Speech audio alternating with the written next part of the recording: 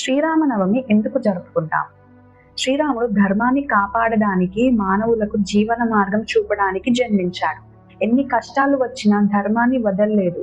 అయితే అందరికీ రాముడి జన్మ కథ తెలిసిందే. ఒకసారి మళ్ళీ తెలుసుకుందాం. హాయ్ అందరికి, welcome to my channel Shakti divines. Ayodhya రాజు దశరథకి 3 భార్యలు. వాళ్ళే కౌసల్య, సుమిత్ర, కైకేయి. అయితే సంతానం లేదని బాధలో ఉన్నప్పుడు వశిష్ఠ మహర్షిని కలిశాడు. అప్పుడు మహర్షి పుత్రకామేష్టి యాగం చేయమని చెప్పాడు.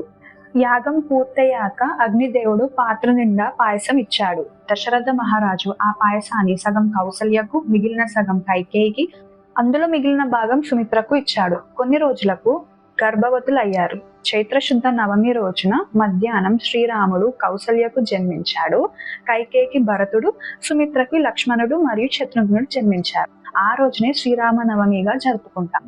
శ్రీరాముడు ధర్మాన్ని స్థాపించడానికి పుట్టిన మహావిష్ణువు 7వ అవతారం. రావణాసురుని సంహరించడానికి జన్మించాడు.